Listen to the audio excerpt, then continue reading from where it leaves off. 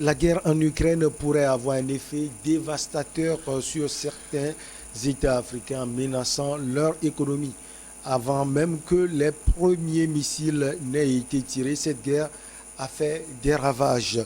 Elle a détourné des milliards de dollars vers le réarmement et les a empêchés de s'attaquer à la pauvreté, aux pandémies, à l'éducation, aux inégalités et à la crise climatique naissante en cette année critique, écrit Mark Wiwood. Quel impact de la guerre sur la vie quotidienne en Afrique, surtout impact sur le plan financier? Nous allons essayer de répondre à cette question. Notre invité est là, il est consultant et expert en structuration économique et financière, Ki Dodro. Bonjour, vous allez bien? Bonjour, je vais très bien. C'est toujours un plaisir d'être en face de vous pour débattre des questions d'actualité, surtout sur le plan économique. Moi, c'est Michel. Michel, Allez, on va déjà répondre à cette question. Impact de cette guerre sur l'économie africaine. pour répondre à la question, il faut arriver même à la définition d'abord de l'économie africaine à la base, avant que la guerre en Ukraine aujourd'hui ne vienne l'impacter. C'est une économie de base orientée essentiellement vers l'importation des produits destinés à la consommation, à la satisfaction des besoins de consommation. Alors, cette situation ou ce modèle économique dans lequel nous évoluons avant que la crise ukrainienne ne voit le jour nous mettait déjà dans une situation de fragilité très importante. Aujourd'hui, avec cette crise, les impacts sont systématiquement directs sur notre économie parce que elle est fournie par euh, tout ce qui est produit importé. Et du moment où nous ne produisons pas ce que nous consommons et que c'est l'étranger qui nous fournit ce que nous consommons, quand l'étranger a des soucis, nous avons des soucis parce que nous sommes exposés à toutes sortes de risques. Le premier risque, c'est que le pays qui nous fournissait hier le blé, quand il est en guerre et que sa production pour sa consommation intérieure s'affaiblit, le pays va privilégier sa propre consommation, ne plus exporter parce que mettrait en danger la vie ou la sécurité alimentaire de sa population. C'est ainsi que nous, les pays africains qui dépendions initialement de ce pays pour nourrir notre population ou nos peuples, nous manquerons de sources d'approvisionnement et nous manquerons de ces denrées systématiquement. Il y aura la faim. Il y aura la faim parce qu'aujourd'hui, nos habitudes alimentaires ont beaucoup changé. Si traditionnellement, dans le passé, nous dépendions de nos produits agricoles, ce que nos parents produisaient, c'est ce que nous mangeons et on dépendait essentiellement de cela. Aujourd'hui, avec la mondialisation et la modernisation de nos vies et de nos orientations, de la consommation, tout ce que nous consommons vient de l'extérieur. Pour le cas de nos pays qui ont la langue éveillée en commun, du Bénin, le Togo, le Ghana en partie, nous utilisons le pagne. Même le pagne, il est importé. Nous utilisons le pagne, même le pagne, il est importé. D'autres font souvent la confusion comme si le pagne est un élément traditionnel de chez nous. Non, le pagne, du moment où la source d'approvisionnement de ce produit qui est très essentiel dans notre habitude vestimentaire vient de l'extérieur, nous n'en sommes pas producteurs, même si nous en sommes consommateurs à outrance. Aujourd'hui, il y a de cela 30 ans en arrière, nous mangeons dans le village une fois par an le riz. Le riz est rentré aujourd'hui dans notre habitude alimentaire et nous dépendons essentiellement de l'importation du riz. Il n'y a pas d'industrie de production locale ou de transformation dans nos pays. Et si aujourd'hui Taïwan, la Chine ou les pays qui nous fournissent le riz disent, du fait de la crise qui se passe aujourd'hui en Ukraine, nous ne pouvons plus vous livrer du riz parce que nous devons privilégier la consommation de notre population parce que la Russie qui est un premier fournisseur d'engrais qui permet de booster nos productions, il n'y a plus d'approvisionnement. Donc, en termes de prévision, notre stock de sécurité ne nous permet pas, notre stock ne nous permet pas de satisfaire le besoin de la demande du monde. Nous allons être coupés également de la livraison du riz. Et qu'est-ce que nous allons devenir? Et ça arrive, puisque la crise ukrainienne continue. Il faut se projeter que tant que la crise va continuer, on n'est pas à l'abri.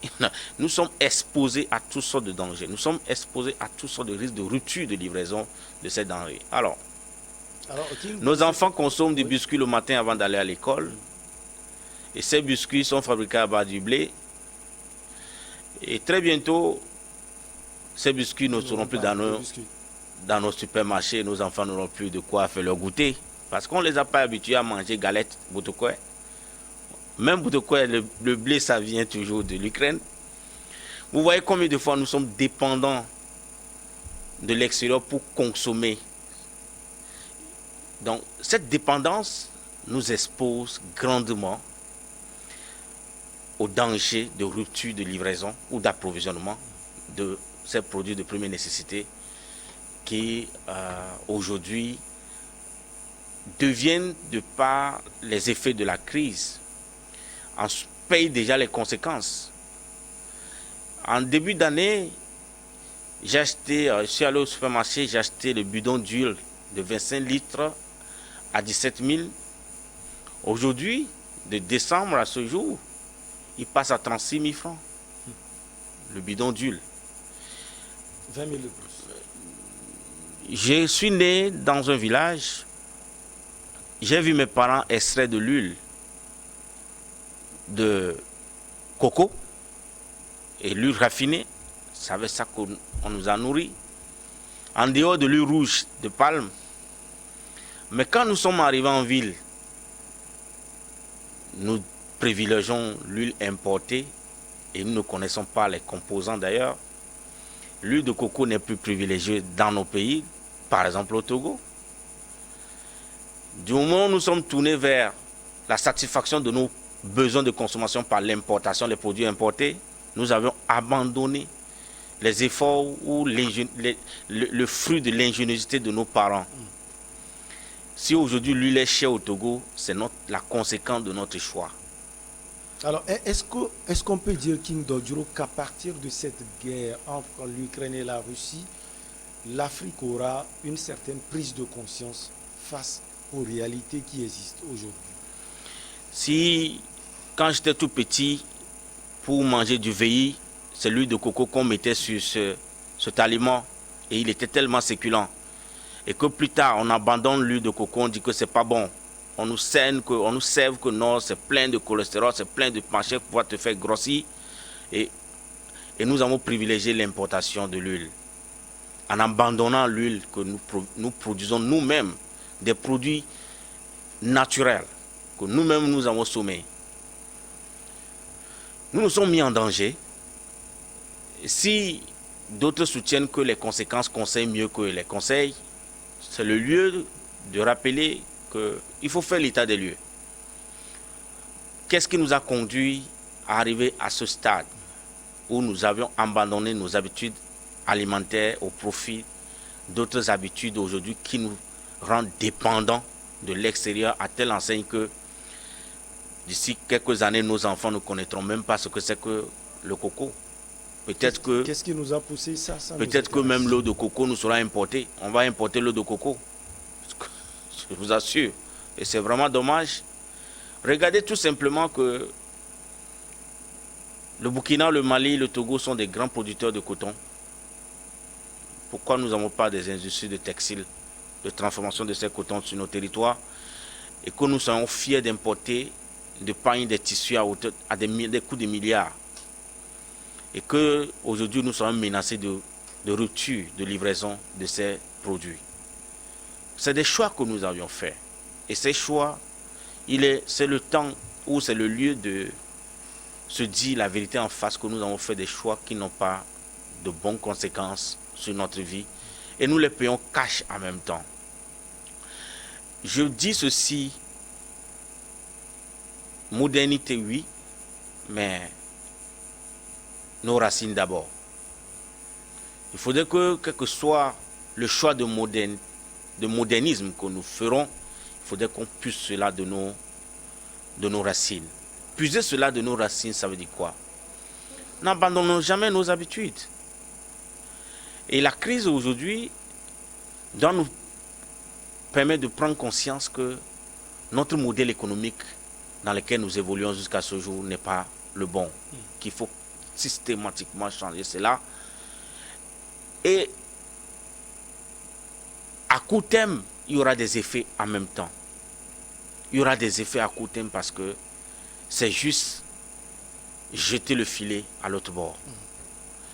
Jeter le filet à l'autre bord voudra dire simplement qu'un seul mot sorte dans nos différents pays pour dire, écoutez, si l'huile est chère, produisez assez d'huile à partir de coco que nous avons sur nos plages. Nous allons chuter le prix de l'huile. Systématiquement. C'est juste un mot. On entend seulement ce mot-là, ce mot d'ordre. Parce qu'aujourd'hui, nos revenus sont faibles. Les revenus dans nos pays sont assez faibles pour faire face à cette inflation galopante des prix des denrées alimentaires dans nos marchés. Vous imaginez que dans certains pays, les augmentations traînent, les salaires traînent. Les salaires ne connaissent pas assez d'évolution, mais les besoins se multiplient. Les besoins se multiplient et les prix des denrées ne font qu'augmenter sans contrôle aucun. Qu'est-ce qui va se passer? Nous serons asphyxiés.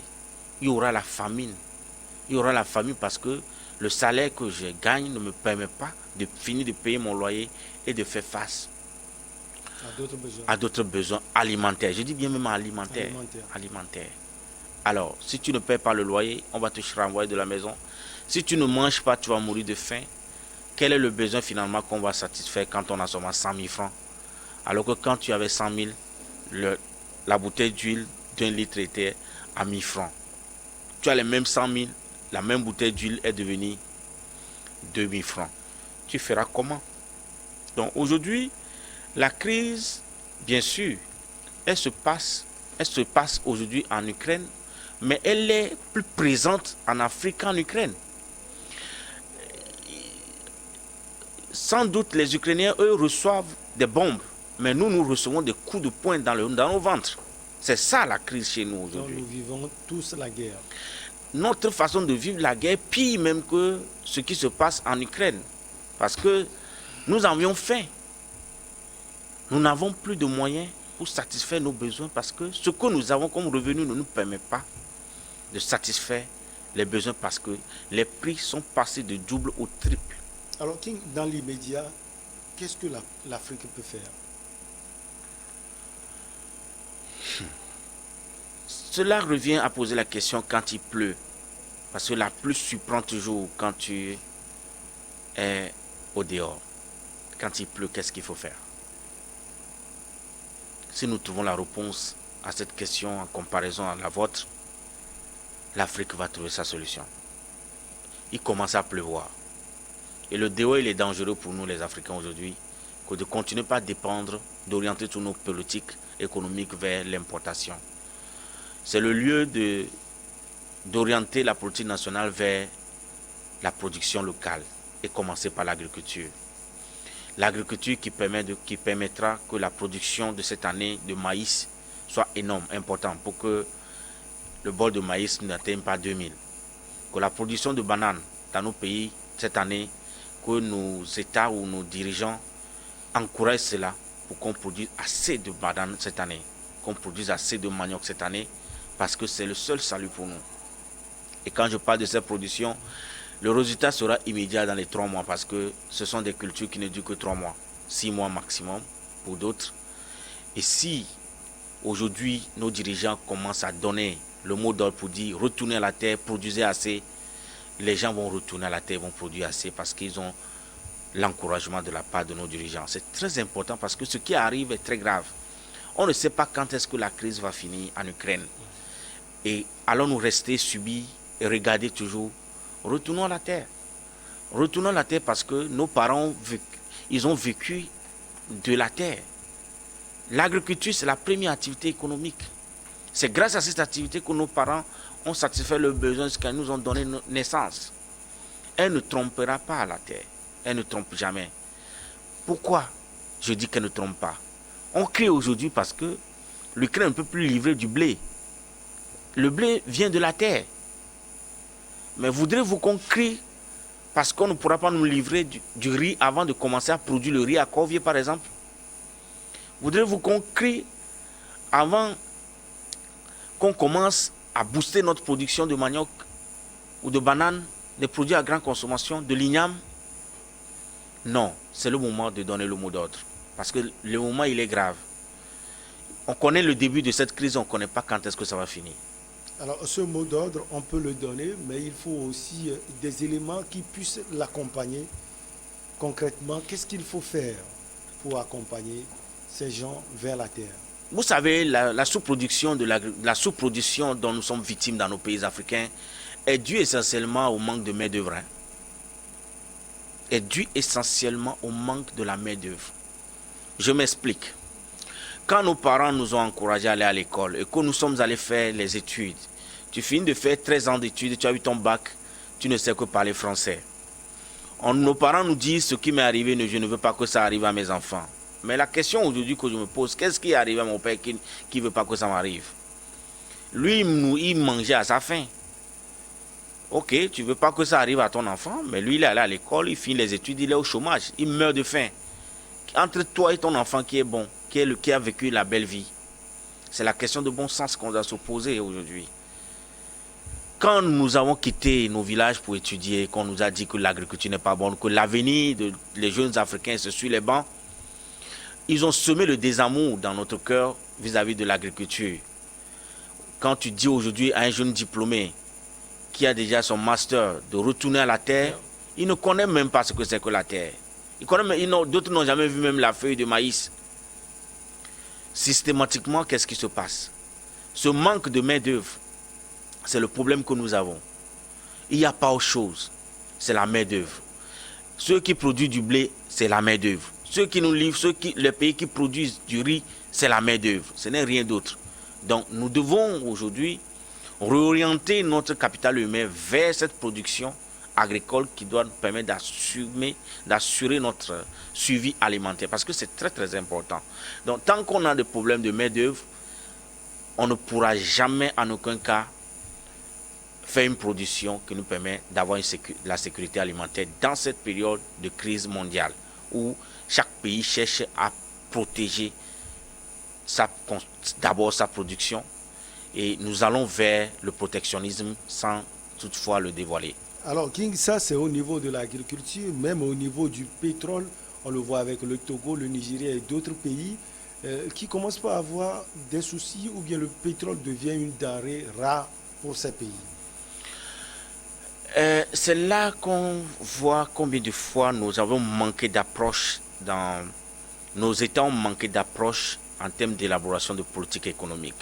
J'ai l'impression que ils ont compris dans un premier temps que pour alimenter leur caisse, il fallait mettre l'accent sur l'économie relative à l'extraction minière. Mais il y a un principe économique qui dit qu'il n'y a de richesse que d'hommes. Ils n'ont pas valorisé le capital humain. Et c'est pourquoi, quand vous regardez, vous analysez le système éducatif dans nos pays africains, le système n'est pas en adéquation avec le monde de l'emploi. Parce que nos dirigeants ont négligé considérablement l'aspect capital humain. Ils ont cru que l'extraction minière suffit largement, les recettes issues de l'extraction minière suffiraient largement pour faire face au financement de leur budget. Mais sans oublier que la population croît d'année en année. Et très vite, quand le pétrole a chuté, l'Angola a eu des soucis. Quand le coût du pétrole a chuté, le Nigeria a vu son économie s'asphyxier. L'État peinait à faire face à ses besoins budgétaires. Quand le coût du pétrole a chuté, le Tchad a arrêté carrément les grands travaux qu'ils avaient entamés quand il y avait le boom pétrolier. Vous imaginez qu'aujourd'hui, toute politique économique orientée vers l'extraction minière est vouée à l'échec en avant, parce qu'il n'y a de richesse que d'hommes. C'est la définition même de l'économie. C'est la valorisation du capital humain qui doit être la principale préoccupation, ou doit être le vecteur ou l'axe sur lequel nous devons développer notre politique économique, le capital humain. Mais lequel capital humain qui doit être formé, qualifié au métier. Parce que quand on regarde, l'activité économique n'est animée que par les métiers. Quand on regarde la vie, ce n'est animé que par les métiers. Le métier de chaudronnier, le métier de maçonnerie, le métier de menuisier, le métier de câbleur, le métier d'informaticien. C'est animé que des métiers. C'est eux qui proposent des services. La chaussure que je porte, c'est un shoemaker qui l'a fait. Comment vous appelez ça en français? Un shoemaker, je cherche le mot en français. Ça m'échappe aussi. Oui, le cordonnier, oui, c'est le cordonnier qui l'a fait. L'habit que j'ai porté, c'est un tailleur qui l'a cousu. J'ai déboursé des sommes pour acheter cet habit. C'est un tailleur qui l'a fait. Pourquoi est-ce que la couture est devenue mode? En Europe, le métier de couturier c'est une industrie. Pourquoi en Afrique, ce n'est pas une industrie? C'est juste un métier perdu dans le quartier où les couturiers aujourd'hui sont obligés d'opérer depuis leur chambre. Pourquoi est-ce que le même métier sous d'autres cieux devient une industrie qui consomme des diplômés, qui crée de l'emploi? Et même si nous développons sur les secteurs de couture dans nos pays, on créera assez d'emplois. C'est parce qu'on ne nous oriente pas avec confiance à l'appui que si vous rentrez dans la couture, vous pouvez créer assez d'emplois. Dans notre esprit, quand un enfant ne va pas à l'école et le parent il est fatigué, on lui dit « je vais t'envoyer à l'apprentissage ». Comme l'apprentissage c'est une injure. Ouais. Comme si l'apprentissage, c'est une destination d'échec. Mais les gens font ça, ils réussissent. Mais ce qu'on ne sait pas, c'est que l'apprenti mécanicien, c'est lui qui tient l'économie. Le mécanicien, c'est lui qui tient l'économie. Le menuisier, c'est lui qui tient l'économie. Mais tu as eu ton doctorat ou bien ton master, mais tu ne travailles pas. En quoi est-ce que tu es profitable ou utile à la société? Donc, il faut une réorientation de notre façon de voir le monde et d'orienter nos enfants. Ça, c'est à long terme. Mais aujourd'hui, ce qui est important, c'est qu'on doit reconcentrer nos efforts sur le capital humain. Alors, et c'est ce manque de capital humain qualifié pour répondre dans nos champs, parce qu'il y a le désamour vers les activités, vers cette première activité économique qui est l'agriculture, l'élevage et la pêche. Tu demandes aujourd'hui à quelqu'un d'aller faire de l'élevage, il te dira que tu l'as insulté parce qu'on nous a dit qu'à revue un agneau. C'est comme ça on nous a éduqués. Dans d'autres pays, la richesse d'une famille se mesure par le nombre de têtes de bétail que vous avez. C'est de l'économie. Et tout ça, quand nous mangeons la viande, c'est un boucher qui a tué la viande, c'est quelqu'un qui a élevé l'animal qui l'a tué, ça participe à la vie économique. Et quand nous importons la viande de l'extérieur, c'est toute une industrie qui est derrière, c'est de l'emploi que ça crée. Pourquoi est-ce que nos formations ne sont pas orientées vers des techniciens en boucherie, vers des techniciens en élevage de bétail pour créer une industrie, pour créer de l'emploi, et qu'on a fait 13 ans juste pour parler la langue française ou l'anglais? Voici les conséquences, voici les résultats aujourd'hui. Parce que l'Ukraine a des soucis, le monde entier peine, le monde africain peine à satisfaire nos besoins alimentaires parce que les prix sortent de l'ordinaire, nous ne pouvons pas les supporter parce que nos revenus sont faibles. Nos revenus sont faibles parce que nous sommes payés par mois, alors que nous travaillons à des heures. Mais pourquoi ne pas penser carrément à un autre modèle économique dans lequel on paye les gens par heure, renforcer le revenu des travailleurs. Alors, King Dodjiro, peut-être la question de la fin. L'Europe doit rapidement trouver des alternatives au gaz russe. Et les alternatives les plus fiables se trouvent en Afrique. Cette question, est-ce que c'est une excellente occasion pour les États africains d'intervenir et de conclure donc rapidement de nouveaux contrats qui puissent profiter justement à l'Afrique? Conclure de nouveaux contrats, c'est continuer toujours dans le même paradigme qui nous a conduit à ce stade où quand l'Ukraine tousse, nous pissons sur nous ici. Je vous explique. Posez-moi plutôt la question de savoir est-ce que ce n'est pas la bonne occasion pour les Africains d'extraire leur pétrole, de les transformer pour vendre le pétrole sur nos territoires. Je pense que c'est la bonne question qu'il faut me poser. Parce que les industries pour le faire, l'industrie, le matériel nécessaire pour le faire, King Dodjiro. Quand la Chine a décidé d'amorcer son développement, elle a acheté les véhicules. Et elle a démonté les véhicules pour voir les composants. Et à partir de là, la Chine a essayé de remonter ce véhicule et d'en créer par la même occasion un véhicule semblable à ce qui vient de démonter et remonter. C'est une question de volonté.